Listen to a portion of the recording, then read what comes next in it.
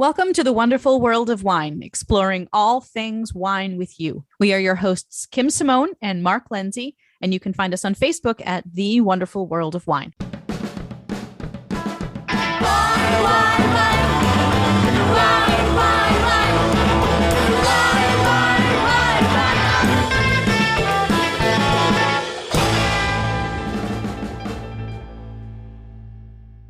Hello, everyone, and welcome to our New Year's Eve show 2021. We have made it through another wild and wacky year, and I am here with my co-host, Mark Lindsay. How are you, Mark? How are you, Kim? I'm well. Happy New Year's. Right? How are you? New Year. We're finally getting rid of 2021 and long year. It has been a long year. I was just having a conversation with my husband about work and 2021 and where we were a year ago, because honestly we were talking about our taxes and like what jobs we were doing a year ago and what is going to show up on the tax returns this year. And it was like, oh my goodness, like it has been like this year has seemed to just go on forever, or just that things that happened like January, February, March of last year seem like so long ago. So if we've all made it this far with our loved ones and with ourselves, it's always good to celebrate and be thankful for the things that you have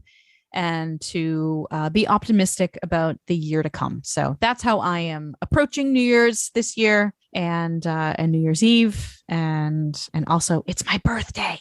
All right. 21. Finally. Finally, I can drink. There we go. The listeners, finally, the secret's out. Kim was drinking wine and she wasn't old enough.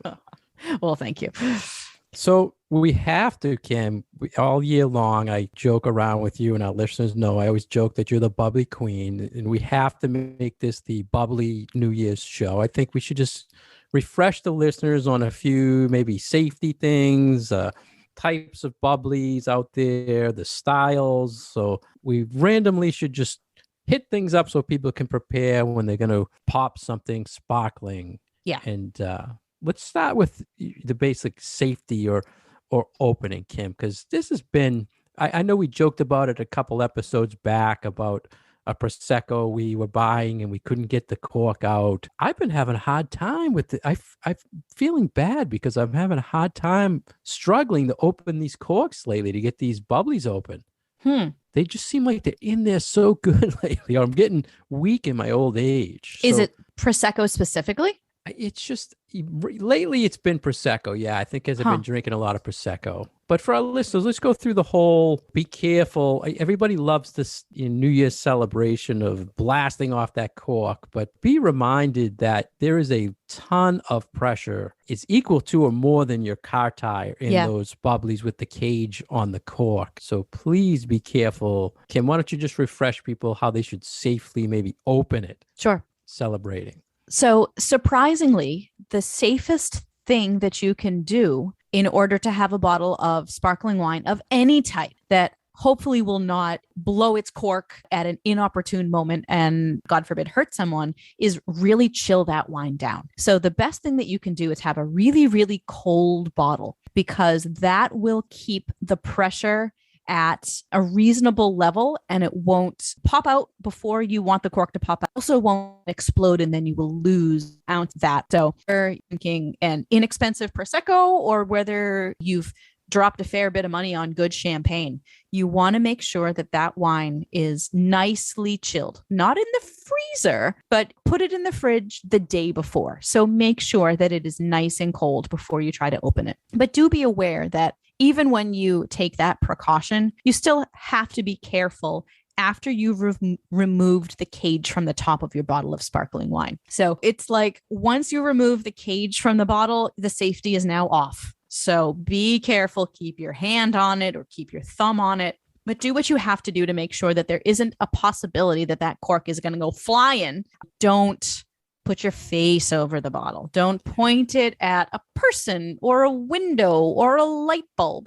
Make sure that it's if you do point it at something, it's a wall or a refrigerator or the ceiling or, something that is not going to do any damage. And then as you are keeping your hand or your thumb over that cork, gently twist. You don't want to push it out with your thumbs unless you are looking for that big, gigantic pop. But again, you're going to lose some of that wonderful, precious wine. Keep your hand over the cork. Twist the bottle with your other hand from the bottom, and even having a towel over the cork is a good way to have a better grip on the top of that bottle. So gently twist and ease the cork out of the bottle, and you just want a tiny little pop or a little hiss, and then all of that wine will stay in the bottle, and you're not going to lose that effervescence either, because that's one of the problems, that if you have a big explosion of your wine as you open it, not only are you losing volume, so you've lost a couple of ounces of that wine, but those bubbles are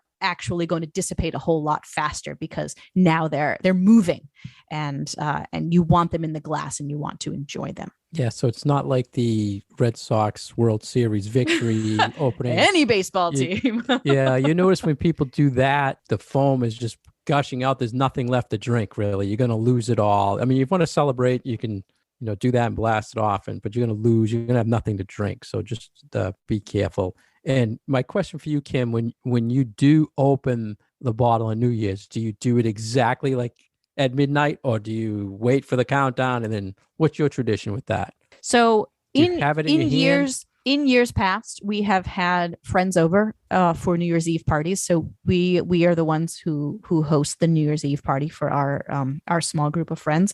We didn't do that in 2020. We're not doing it again in 2021. But usually what I do is I will have a special bottle of bubbly that I will open with 30 seconds to go or a minute to go. And I will pour, and then we will all drink that bottle at midnight. But because I like bubbles so much, and I feel like what better day to enjoy what we have, and my friends get the experience of drinking a whole bunch of my wines. So I will open things ahead of time that might be different than what we're drinking at midnight. But I do like to have bubbly over the course of the evening of New Year's Eve. So I do both. So I've got, we're kind of drinking bubbles from like 6 o'clock on. Wow. Yeah. So I would say that, for my bottle that we're going to toast with at New Year's, I'm opening that like at, 11:58. Yeah. Yeah. What about you? Yeah. I mean, I hold it in my hand during the countdown. I try to. So you pop it at midnight. At midnight. Ah, okay. See, I like to have the wine in people's glasses at midnight so that we can toast, Happy New Year. And then we can all drink at New Year at midnight. Oh, yeah, I like the sound at midnight and then pour. Totally.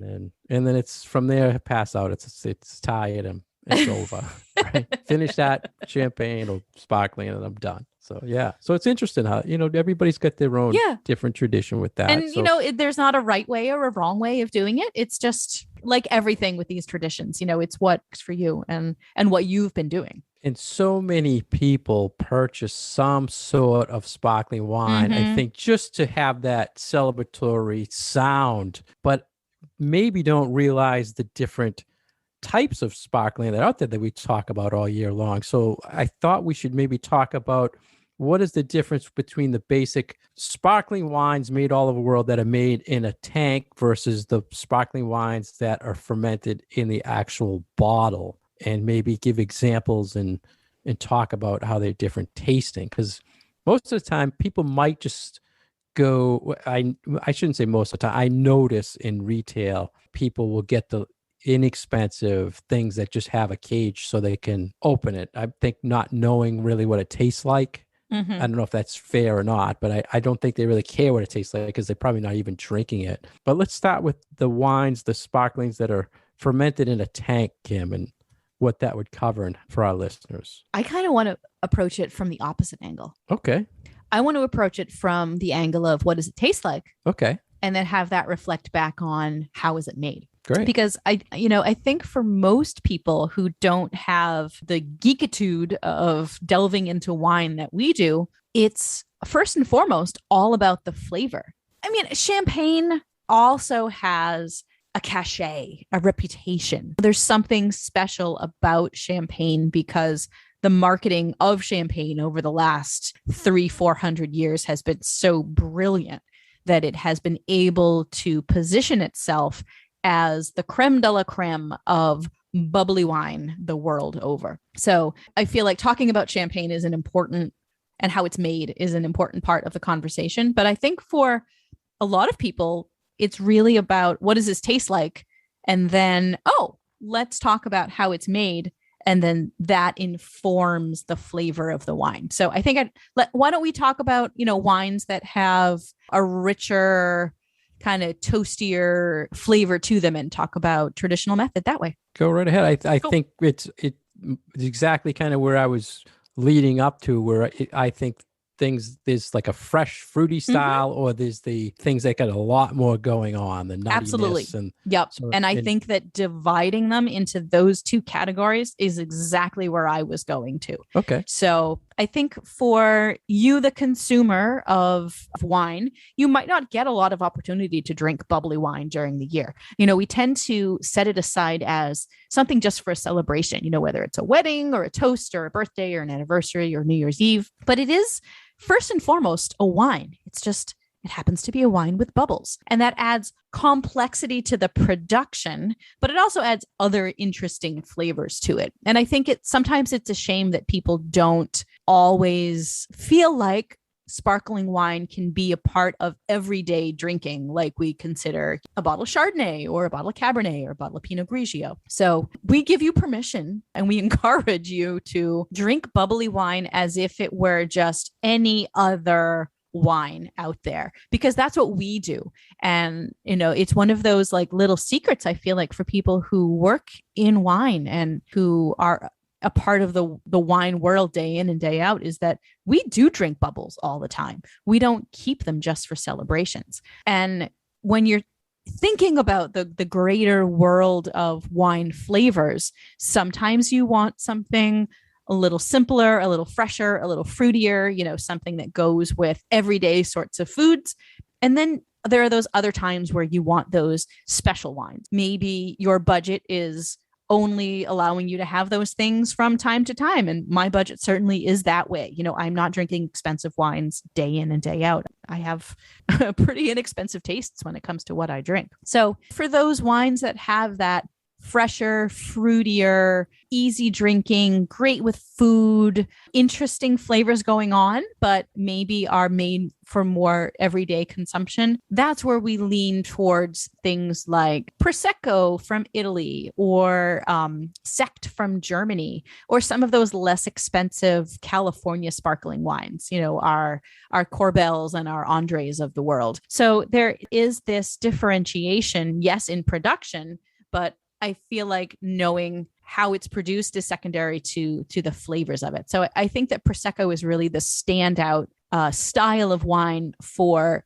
either easier consumption or fruitier consumption, or sort of everyday day drinking, and it tends to be less expensive. So if people are on a budget and still want something nice, but not in the $50, $60, $70 range, like good champagne can bring you, then Prosecco is a really good way to go. Yeah. Asti Spumante is a big one. That's true. Yes, that's true. And especially if people like sweeter. So if you like sweeter, Asti is absolutely the way to go. Do you think you can categorize most of the wines that are sparklings that are made in tank as being definitely more sweeter style? I think that some of them are intentionally made that way, but I don't think that they have to be. So for me, it's less sweetness. So it's less about like actual sugar content and more about they're missing those complex, kind of more complicated flavors that cava and champagne and some of the better things from South Africa and California and Oregon are producing, because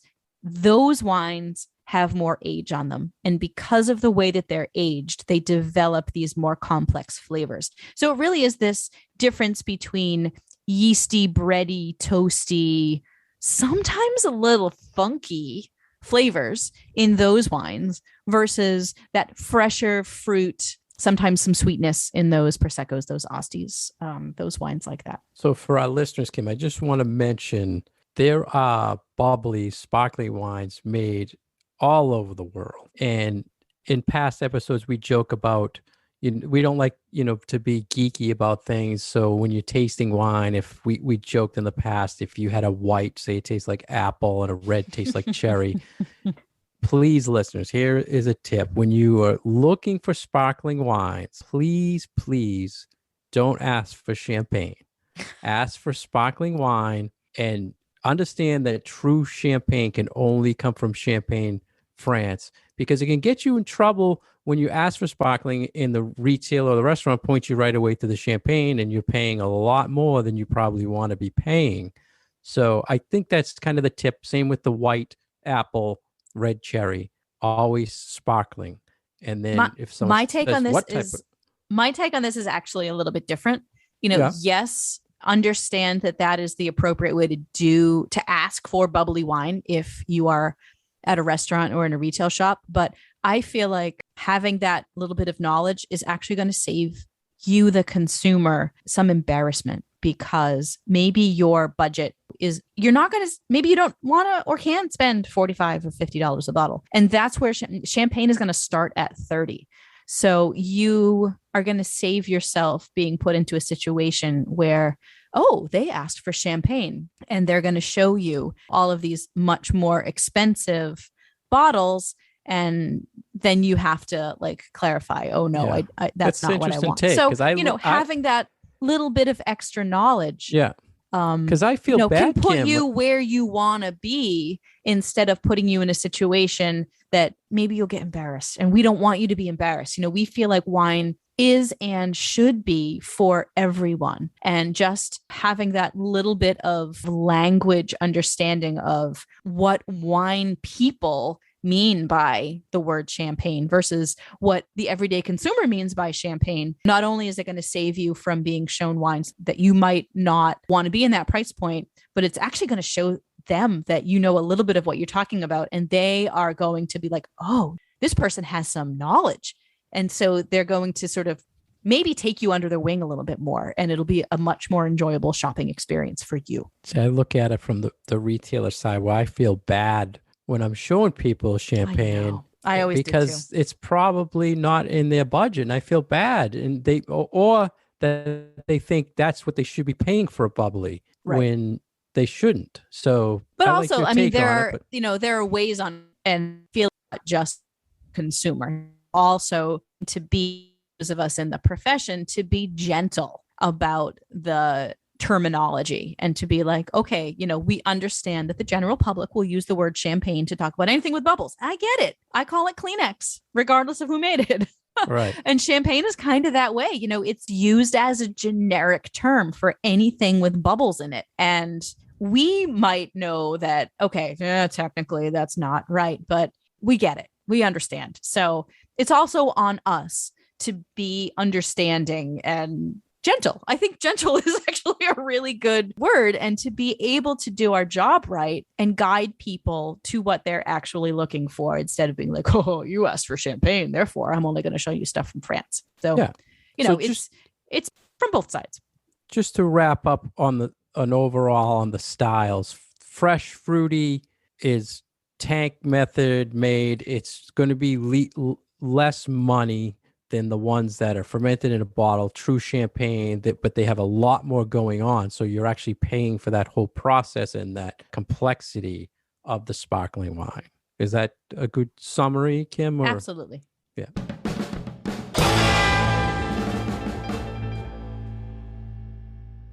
You're listening to The Wonderful World of Wine, and we are your hosts, Mark Lindsay and Kim Simone, exploring all things wine with you. We're here every week on Franklin Radio, WFPR 102.9 FM. You can find our past episodes on SoundCloud and iTunes. If you'd like more information about Kim, you can find her on CommonwealthWineSchool.com. If you'd like more information about myself, please go to FranklinLiquors.com. We are now on Instagram at The Wonderful World of Wine and Twitter at Wine Education. Welcome back, everybody. This is our New Year's show for 2021. We're talking all things bubbly. We've covered safety. We've covered types. We've covered a couple of tips. And next, Kim, we should maybe talk like styles, maybe sweetnesses or vintage, non-vintage? Would you like to talk a little bit more on bubbly that you think the listener should know for New Year's? They're shopping. Should they look vintage, non-vintage, or is that going to be is it related to the tank method versus can we relate that tank and bottle? Yeah. Production? I think if you're, it's all going to come down to what is the flavor and the style of the wine that you're looking for. So, if you're just looking for something to, pop open at midnight, but you want it to be true champagne from the Champagne region of France, then go with a non-vintage house style champagne. So these are the wines that are produced by all the champagne houses year in and year out, and they try to produce a consistent style. It's not going to have a vintage year on it. It's a blend of multiple years. And just like something like Coca-Cola, they're trying to get it so that it'll be tasting for you the same way every single year that you buy a bottle. So whether you buy it in 2010 or 2020 or 2030, that bottle of Veuve Clicquot yellow label should always sort of taste the same to you. They're trying to aim for consistency. But vintage wines are a little bit different because some years are better than others, as we all know. And so the producers of champagne will declare a particularly good vintage as a vintage year. And then producers can make a special wine just from the grapes that were produced that year. And they tend to be aged a little bit longer. They have more of those toasty, caramelly, brioche notes to them. They're a little bit more of a special wine. They're always much more expensive. But I think for New Year's Eve, if you're just popping a bottle with your significant other or a couple of friends, a non-vintage bottle is a great way to go. Yeah, especially this year because the vintage stuff is almost impossible to get. Yeah. Yeah. And sometimes it's harder to find vintage wines because there haven't been declared vintages that have been released anytime soon. I know that I'm having a hard time finding vintage champagnes this year. Vintage ports are also seeming to be fairly scarce. Do you have any, favorite champagnes, Mark, that you want to tell the listeners about? You're the more traditional, I feel, bubbly drinker than me. I think we totally differ. I like wines made in other parts of the world that are made the same way with the same grapes as champagne, but I've been leaning towards Franciacorta from Italy because I just feel it's not as toasty or nutty. I mean, it's a little bit softer to me for my palate. I tend to go that direction. Believe it or not, I agree with you. So my tastes in champagne definitely lean towards the less toasty, the less madderized. I like more fruit. And sometimes I even prefer the more extra dry styles. So not the really brute, really dry styles, but something that maybe has a little touch of sweetness to it. Yeah, I'm glad you talked about that because I had that down. We have to talk about sweetness level in the terms because a lot of people get confused with those terms. So and rightly so. It's very confusing. Yeah, it's very confusing. It doesn't make sense. Confusing. So it goes, brut is actually the driest. So if you see extra dry, next to the driest, means it has next to extra brut, extra dry, brut nature, and then brut. Well, and then extra brut. The key is brut. Brut. If you see brut, it means dry. Brut means dry. Whereas extra dry actually means it has a little bit of sweetness compared to the brut. So it's just confusing. It's confusing to say. It's confusing when people grab that. You don't really think of that brut statement.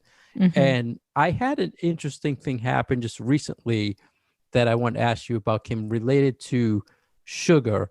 Someone had mentioned to me they had saw this. There's actually a sparkling now being marketed as no sugar, low, so it's better for you. So this the health claims of it's healthier, absolutely no sugar in this sparkling wine, but I think it's labeled extra dry. So how can it be labeled extra dry? Right. So now I'm baffled. It's one of those things you hear something I've never heard of the product. I look it up and I said, well, let me just check with the sweetness level, because if they're saying it has absolutely no sugar, I'm wondering what the sweetness level, and it had extra dry, and I'm like, well, I would say go with it. The alcohol was 13% for it too, Kim. So I said, well, okay, I have extra brut here that's 10.5, 11%, it has to technically be better for you because it has to have less sugar. Sure. Technically Or a brute nature that Right. like literally has 0 grams of sugar. But it's like you get questions like, and that people are looking at that because they might be semi-diabetic or something, and Sure. they want to watch their sugar. And I'm like, I honestly think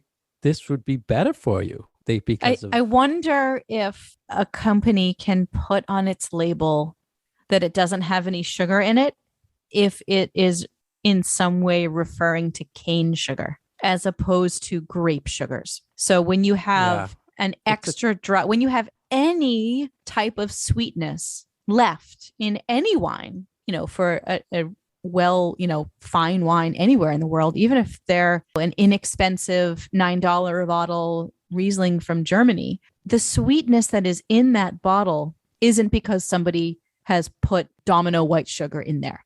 It's fruit sugars. So it's from the grape juice, but it's still technically sugar. So correct. I'm wondering if this is like a marketing gimmick where it's like no added sugar, quote unquote, because it's the fruit sugars that are naturally occurring in the wine. So they can get around the rules of saying that there's no added sugar, because technically there isn't any added sugar because the product is made from grape juice. Right. And we talked about that before when we talked about the fit marketing wines saying, they're better for you because they called fit this or good for you that. And it's technically the same specs as any other wine out on the market. So, but yeah, I thought that was interesting. I had to tell you about that as far as sweetness.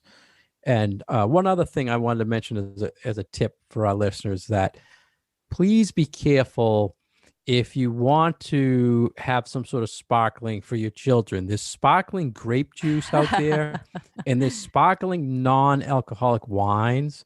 Your children probably will not like the sparkling non-alcoholic wine because it does taste like wine and sparkling juice because it's basically made the same and then they just take the alcohol out. So a lot of times people are looking for sparkling juice and they pick up this, non-alcoholic wine. I don't think the kids will really like it, Kim, as much. So it's a tip to be careful. Non-alcoholic sparkling grape juice or sparkling non-alcoholic cider like a Martinelli's for the kids. Yep. That's what my guys go for, and they love it. Yeah, not the other stuff. No, and that's really smart. That never occurred to me even to talk about. I've never even opened one of those sparkling juice. Does it have as much pressure as sparkling wine? The sparkling grape juices? The grape juices and the apples? No, they don't. Like the Martinelli's. No. Does it? No, does and it they have don't a have cage? Corks. No, oh, it doesn't. They're screw caps. Oh, so okay. They're screw caps. And they do go flat fairly easily. It's more like the carbonation for soda. Yeah, I've never even had those. So I'm assuming that it is carbonated as opposed to undergoes some sort of secondary carbonation. So big difference. So our New Year's bubbly tips, Kim. Anything else real quick our listeners should know? Be careful. I hope that we gave some information to people for their last minute shopping for their bubbles for New Year's Eve. It really just comes down to enjoy yourself. I would say for people, don't necessarily take a chance on something that you haven't had before. Sometimes New Year's Eve is the opportunity to try something new, but then at other times you want to stick to an old favorite and an old standby. So depending on how you feel about it, maybe try, if you know that you like true French champagne and you want to try a different producer or a different from a favorite producer, this is a great opportunity to do that. But if you're, a Prosecco drinker and you really love that and that's what you want to stick to, then do what is comfortable for you and it'll make your evening that much more enjoyable. Yeah, make it cold, open it safe. Chill it down. Please chill it down. Really cold. And Happy New Year to everybody. Happy New Year, Kim. It was a great year. We hope our listeners enjoyed everything we put together, and we will be back next year to talk wine again. So yes. Happy New Year, everybody. We'll see you in 2022.